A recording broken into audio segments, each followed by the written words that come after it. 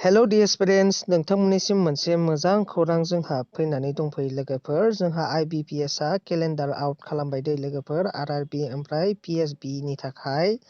दा बेयावहाय लिरनानै होदों नै लोगोफोर, tentative calendar of online CRP for RRBs and PSBs होननानै आरो 2023 to 2024 होना होदों दै लोगोफोर बेयावहाय।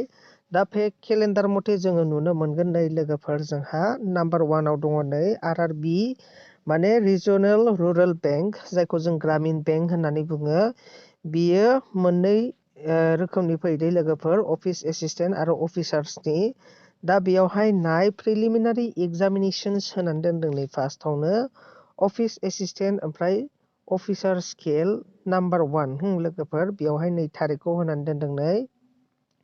जोंहा बेसेबाङाव दङ एग्जामा होनोबा लोगोफोर, आगस्ट 5, 2023, आगस्टनि 6 तारिख 2023, आगस्टनि 12 तारिख 2023, आगस्टनि 13 तारिख 2023 आरो आगस्टनि 19 तारिख 2023 आवहाय जोंना RRB रिजनेल रुरेल बेंक बा ग्रामिन बेंकनि एग्जामा जागोन दै लोगोफोर। अब्ला दानिफ्रायनो प्रिपेरेसन खालामनानै लादो आरो बिनि उनावहाय अफिसार्सनि एग्जामखौ नायनानै लादो नै लोगोफोर। सिंगल एग्जामिनेसना जोंहा बेयावहाय सेप्तेम्बरनि 10 तारिख 2023 आव जागोन दै लोगोफोर। आरो जुदि प्रिलिमिनारिखौ नोंथांमोना पास जायोबा बेवहाय मेइन एग्जामिनेसनखौबो होनानै दोनदों नै लोगोफोर। मेइन एग्जामिनेसना जोंना अफिसार स्केल नाम्बार 1 आ 10 तारिख सेप्तेम्बर 2023 आव जागोन नै लोगोफोर होनानै दोनदों। आरो अफिस एसिस्टेन्टआ जोंहा 16 तारिख सेप्तेम्बर 2023 आव जागोन दै लोगोफोर। दाना सेकेन्ड नाम्बाराव होनाय दङ नै जोंहा लोगोफोर PSB, जायखौ जोङो मा होनो PSB होननानै बुंबा लोगोफोर बिसोरो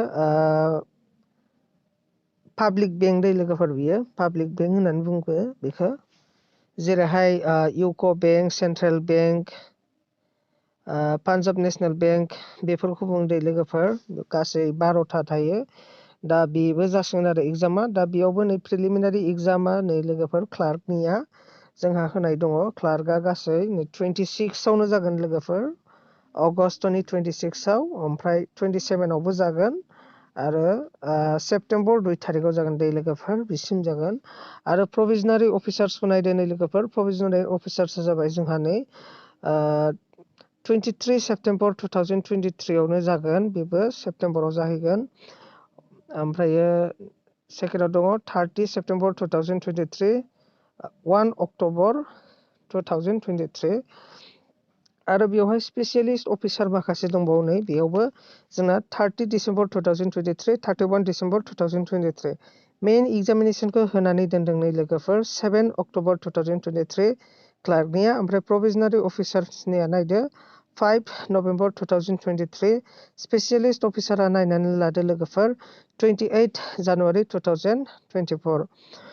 अब्ला लोगोफोर नोंथांमोननि थाखाय बियो मोनसे जोबोद मोजां इनफरमेसन आं सानो, जायफोरा बेंकिं एक्सपिरियेन्स।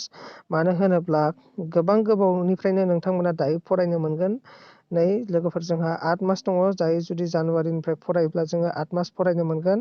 8 मास जुदि जोङो मोजाङै फरायोब्ला लोगोफोर, जोङो बे एग्जामखौ पास जानो हागोन थारैनो आं सानो।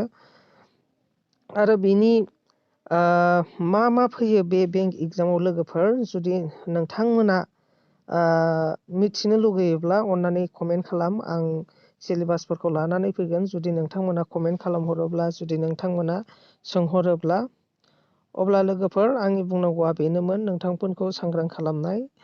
आरो जुदि नोंथांमोना आंनि बे इनफरमेसनखौ मोजां मोनदोंबा अन्नानै लाइक, शेयार, साबस्क्राइब खालामनानै होदो लोगोफोर। गोजोन्थों।